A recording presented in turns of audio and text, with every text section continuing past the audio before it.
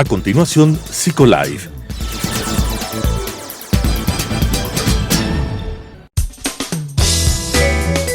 Clasificación A. Apto para todo público.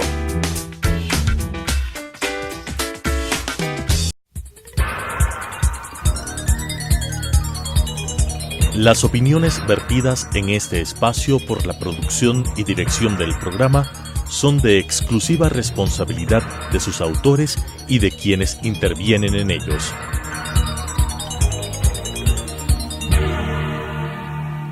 Telesucesos Canal 29 UHF presenta Psicolife, un programa creado para hablar de psicología desde una vertiente científica pero amena con la conducción de la doctora Elizabeth Montenegro. Psicolife. El estar en la escuela, el estar en el colegio, no implica solamente la parte académica, no implica únicamente aprender y adquirir más conocimientos. Implica también el lugar donde hacemos amistades, donde los chicos pasan la mayor parte del tiempo relacionándose con otras personas, con otros niños, con otros jóvenes de su edad, donde se hacen las travesuras, donde ellos comparten la mayor parte de sus vivencias del día a día. El crecer y sobre todo el formar lazos de amistad que la mayor parte de veces duran y perduran a lo largo de toda la vida. Pero no para todos los niños o para todos los jóvenes la experiencia de amistad que se puede dar en el colegio es tarea fácil. Muchos de ellos empiezan a sufrir diferentes condiciones de abuso, de maltrato, de agresividad, que las vemos cada vez con aumento en las instituciones educativas. Y es que el bullying es un tema que afecta por igual tanto en las escuelas como en los colegios, indistintamente, si son colegios públicos, si son colegios particulares o colegios privados, y esta situación se extiende en la mayor parte de países. Vemos cada vez con cierta frecuencia y con alarma además, cómo es el hecho de que muchas veces estos chicos llegan a situaciones tan extremas de abuso por parte de sus compañeros de su misma edad, que optan por una solución terrible, el suicidio. Y es justamente ahora, en Psicolife, cambiando tu vida desde tu mente, que vamos a hablar sobre este tema, sobre el bullying. ¿Qué es el bullying? ¿Cuáles son sus causas? ¿Qué consecuencias puede tener para la vida de una persona? Y para ello hemos traído nos vamos a conectar desde aquí con Chile, con Santiago de Chile, con Liz Fernández Amador. Ella es psicóloga clínica en categoría de senior, es además experta en inteligencia emocional y además es consultora y educadora en lo que tiene que ver y especialista en temas de bullying. Ella trabaja mucho en todo lo que tiene que ver con el bienestar emocional de las personas. Liz, qué gusto poder mirarte a través de la pantalla, qué gusto que nos puedas acompañar nuevamente en este programa de Psicolife y hablar de este tema que el día que conversábamos telefónicamente tú me decías, bueno, en Chile también ocurre esta situación y en nuestro país también, y creo que en los países de América y del mundo ocurre este fenómeno. Gracias por haber aceptado esta invitación, bienvenida. Hola Elizabeth, un gusto la invitación, muchas gracias. Liz, y empecemos definiendo o aclarando qué es el bullying, porque muchas veces, y es un término que se empieza a utilizar con tanta frecuencia, que si alguien te molesta o alguien te dice una palabra, enseguida las personas dicen, me está haciendo bullying, y no necesariamente es así, por eso el término se desvirtúa y por eso también empieza a hacerse más grave cada vez el conflicto. ¿Qué es el bullying? Empecemos definiendo cómo se entiende esa situación. Sí, mira, tú tienes bastante razón, la palabra efectivamente está siendo muy mal usada. El bullying es el acoso escolar, únicamente está abocado al maltrato que hay dentro de los colegios entre los pares, entre compañeros. Entre compañeros. ¿Sí? Eso significa que si un profesor, por ejemplo, agrede a un alumno, eso no es bullying, eso es maltrato en realidad. Exacto, eso es maltrato, abuso de poder. El bullying tiene que darse entonces como condición el que sea entre compañeros, entre pares, en igualdad de condiciones. Entre pares. ¿Por qué suele producirse esta condición? Hay diversas razones, no hay algún estudio que evidencie que es solo una razón, pero aquí se conjugan varias situaciones en el fondo. Hay un grupo de chicos un niño o niña, ¿cierto?, que es el agresor, que habitualmente son niños que también están presentando algún tipo de problema psicológico, que han sido a lo mejor víctimas de bullying en años anteriores, o que han visto mucha violencia dentro de sus hogares, han estado expuestos a situaciones de violencia, ¿cierto? O que están presentando una falta de empatía importante a causa del estilo de crianza. Entonces, por otro lado, sí, adelante. disculpa, por otro lado tenemos una víctima, ¿cierto?, que habitualmente es alguien que tiene alguna característica que al agresor o al agresor le parece negativa. Por ejemplo, que es más tímido, que tal vez hay algo distinto en su cuerpo, ¿cierto?, que tiene una preferencia sexual distinta. Entonces, esto que es juzgado como diferente se vuelve una de las razones para poder ejercer este bullying o acoso. Tenemos entonces el acosador y quien acosa. ¿Hay otro integrante más en esta cadena de agresividad, de violencia? Sin duda, están todos los que son los observadores. La mayor parte del grupo escolar son observadores de esta situación, el resto de los pares, ¿cierto? Uh-huh. Y ellos juegan un rol muy importante porque se ha evidenciado que si ellos intervinieran en esta situación, el bullying no tendría espacio. Una de las cosas que busca precisamente el agresor es que esta persona que está siendo violentada sea separada del grupo, ¿cierto? Que este maltrato sea observado por otros. Si esos otros reaccionaran de forma adecuada, deteniendo esta situación, no sucedería probablemente. Liz, los observadores, este público, estos espectadores de los que tú haces referencia, no reaccionan deteniendo al agresor por algunos motivos. De pronto puede ser por temor, puede ser también por el hecho de que se sientan que ellos también van a ser agredidos, o por el hecho de darles popularidad también a sus amigos agresores. No, fíjate que la mayor parte de las situaciones de los casos tienen que ver con el temor, con el miedo a ser agredidos también. El agresor, aquí el bully, el chico o la chica que agrede, son personas que tienen una diferencia de poder, normalmente, poder desde lo social, ¿cierto?, desde lo físico. Entonces eso intimida al resto de los compañeros y creen algunos de ellos que no van a ser escuchados, que pueden ser golpeados después o a lo mejor maltratados después, por tanto callan. Ahora, usualmente uno escucha, ¿no?, a los adultos sobre todo, que dicen: toda la vida ha existido bullying, siempre en los colegios había el fortachón, el que era el temido de parte de los otros, pero no se hablaba de bullying. A veces acusan a las víctimas también con el hecho de ser muy débiles, de no saber enfrentarse, de no saber poner un alto. ¿Es tan real así, o en realidad el bullying es una condición diferente a la que se vivía antes en las escuelas? No, esta situación es una situación que se vive desde mucho antes. De hecho, se le nombra de esa forma, que se le pone un nombre distinto nada más, ¿cierto?, en los años 70 ya. Ahora, en Latinoamérica esto es un tema que nos lleva más de 20 años, que lo estamos conversando. Yo diría que ya la última década recién nos estamos haciendo un poco cargo de esto, los distintos países latinoamericanos. Sin embargo, es un término inventado que se creó en los años 70, pero que responde a una situación que es un problema social que se da entre pares en los años escolares desde siempre, yo creo. Efectivamente, desde siempre. Y con respecto a lo segundo que decías, de la víctima siente también esta diferencia de poder.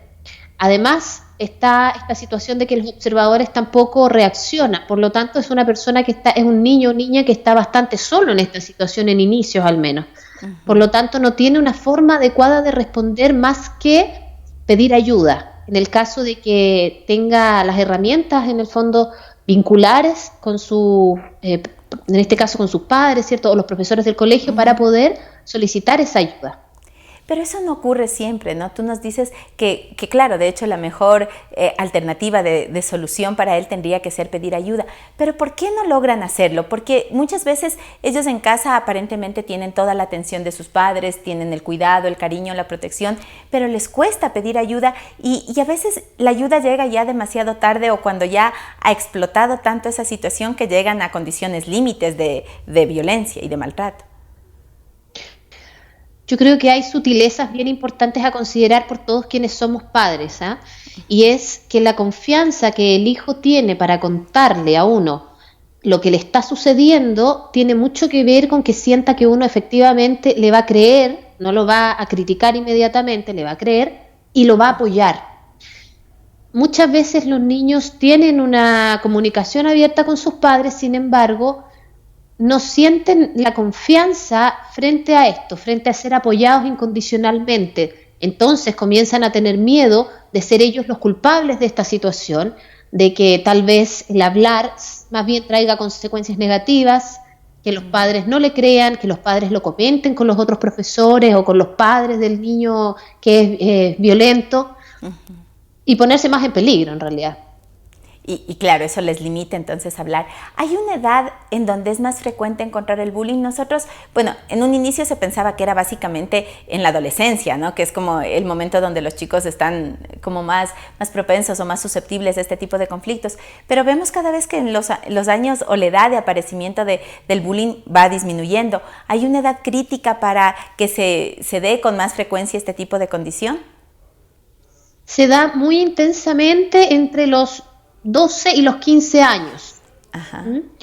Las investigaciones han mostrado que aquí en Latinoamérica hemos llegado a tener un 30% de niños con bullying. 1 de cada 3 habría pasado en algún minuto de su vida por una situación así.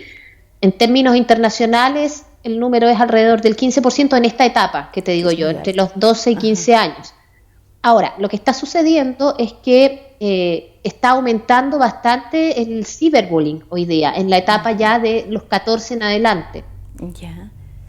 Y claro, y era justo la otra pregunta a la que yo iba. El hecho de la tecnología y el hecho del acceso tan fácil que los chicos tienen a las redes sociales hace que el bullying tome otra connotación, como tú muy bien decías, el cyberbullying. Y esto, ¿cómo afecta a la víctima, sobre todo en términos de que ya no es solamente la agresión del tú a tú en el momento de la clase, sino que trasciende las barreras del aula escolar? Esta es una de las grandes razones por las que hemos visto casos a nivel internacional gravísimos, donde los chicos han llegado al suicidio precisamente, porque el nivel de vulneración cuando es solo dentro del espacio escolar es grande, porque hay mucha gente que observa esta situación, no es solo entre dos. Sin embargo, cuando esto se amplía a las redes sociales, evidentemente hay casos que los niños sienten que ya no tienen cura, que ya no tienen solución, no hay reparación posible. No se entera solamente el curso, se entera todo el colegio y a veces se entera mucha gente que es desconocida también. Y empiezan a propiciar más condiciones de bullying, ¿no? A través de un chat o a través de hacer los comentarios, por ejemplo, de las situaciones de agresión que el niño está pasando. Hoy en día yo creo que diste en el clavo con algo muy importante que tal vez en otro momento sería bueno conversar, ¿cierto? Que tiene que ver con el uso de las redes que estamos haciendo incluso los adultos.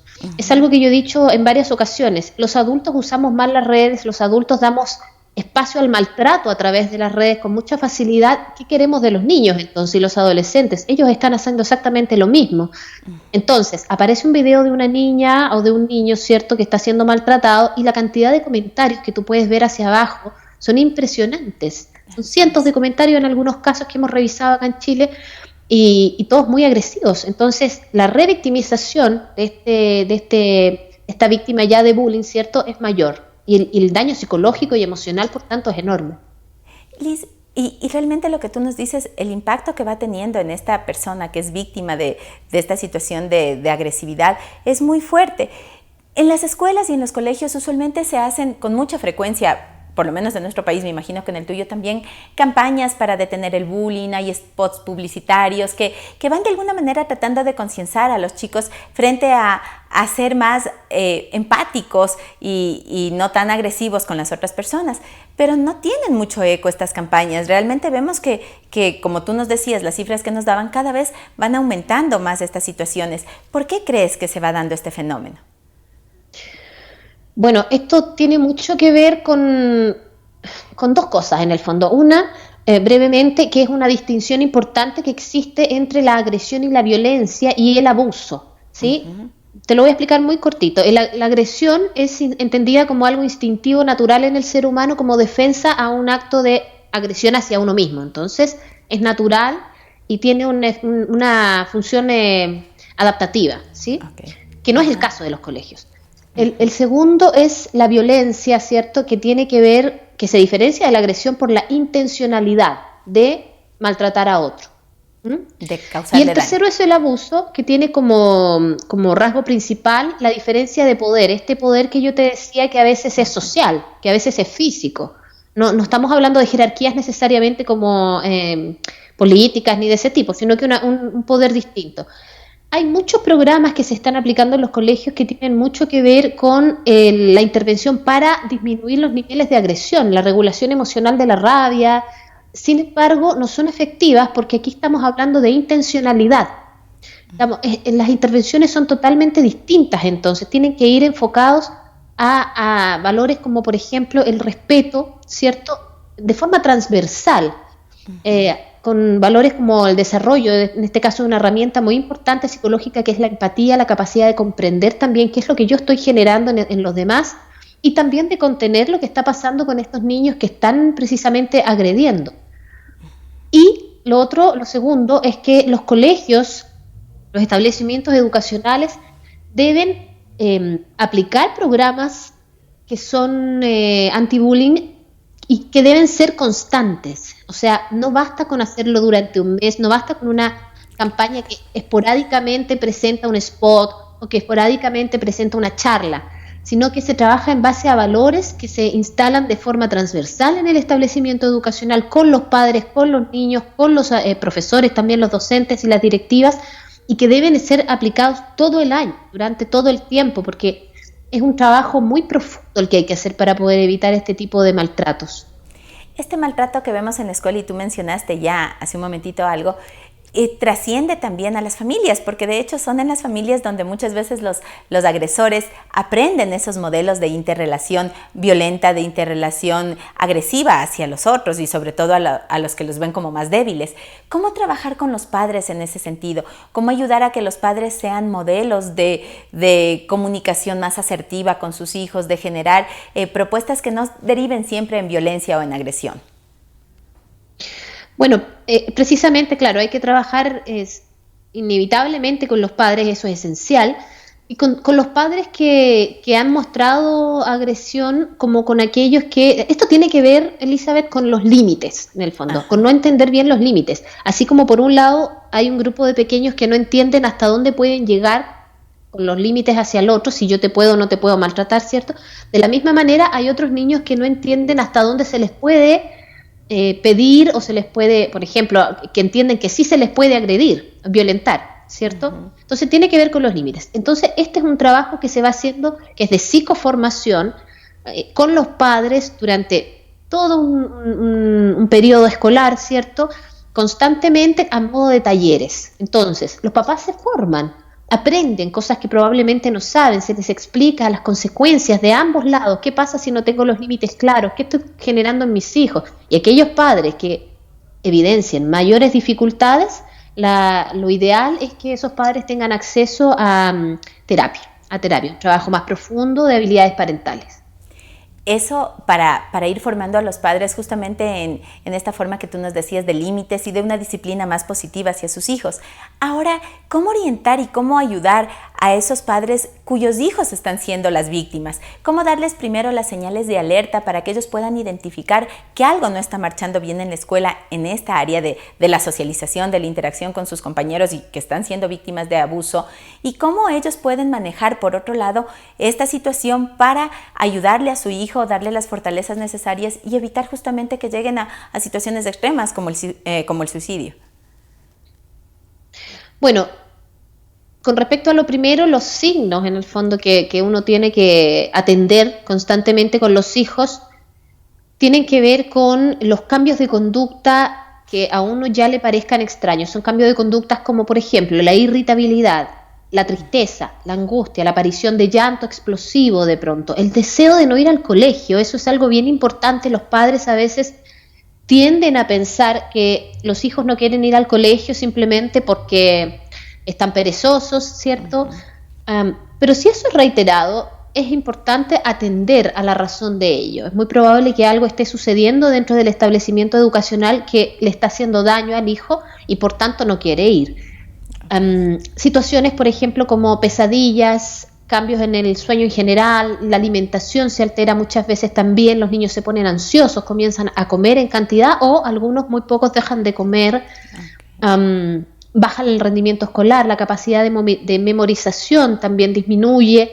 Entonces, en el fondo, si vemos cambios conductuales y sobre todo manifestaciones emocionales extrañas que no son lo habitual de nuestro hijo, es importante atender ahí. Algo está sucediendo y conversar con el hijo, preguntar qué es lo que está pasando y ser acogedores con eso que el niño está contando, entender que eso es algo importante para él y que probablemente le está dañando de forma intensa, ¿sí?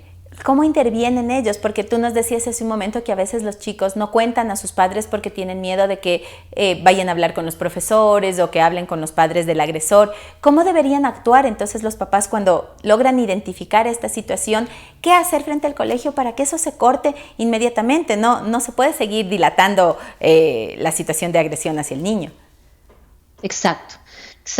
Entonces lo primero, como te decía, es acoger esta necesidad del niño de ser protegido, ¿cierto? Y entonces el niño debe comenzar a ver que los padres en este caso son un pilar fundamental que va a estar siempre apoyando en esta situación. Okay. Debe haber reuniones con el colegio debe generar reuniones con los padres involucrados en esta situación, el colegio debe tener un plan, un programa de intervención anti-bullying, o si no está funcionando es importante que comience a echarse a andar lo antes posible.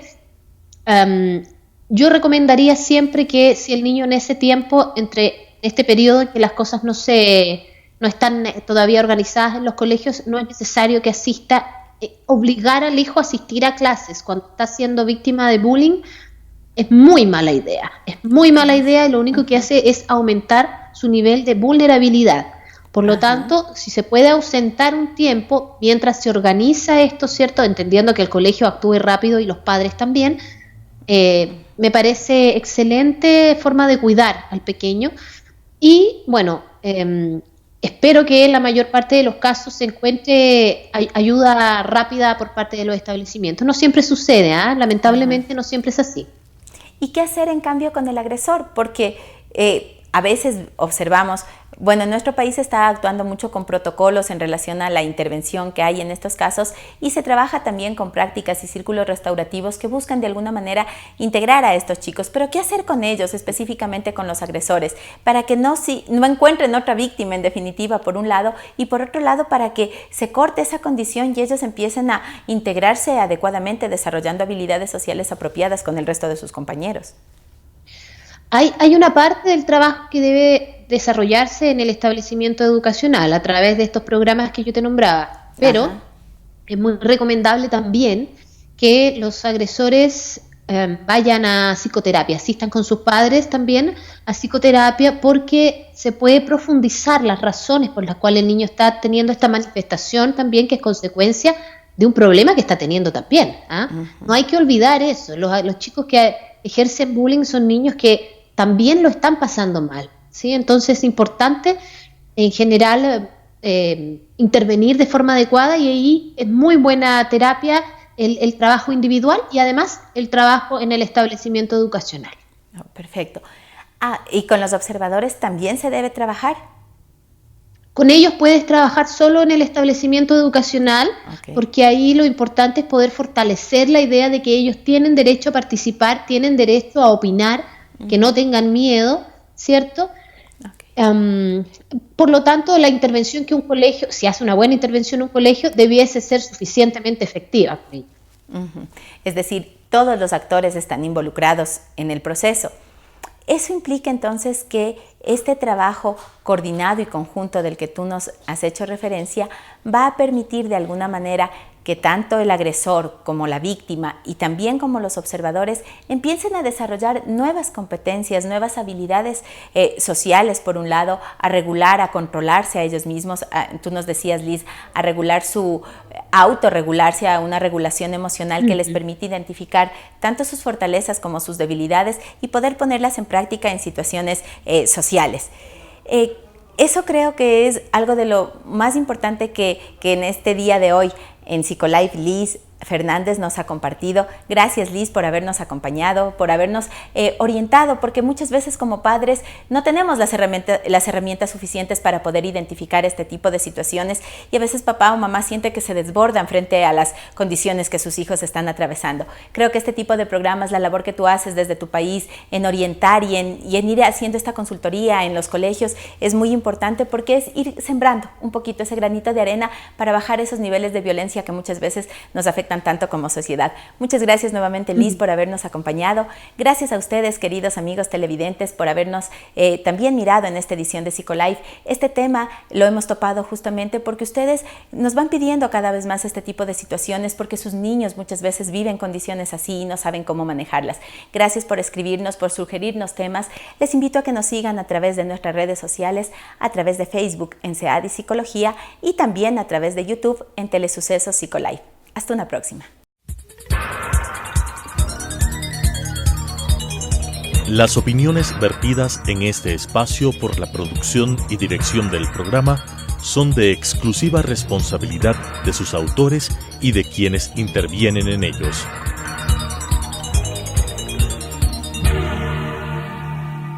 Telesucesos Canal 29 UHF presentó Psicolife, un programa creado para hablar de psicología desde una vertiente científica pero amena con la conducción de la doctora Elizabeth Montenegro. Psicolife,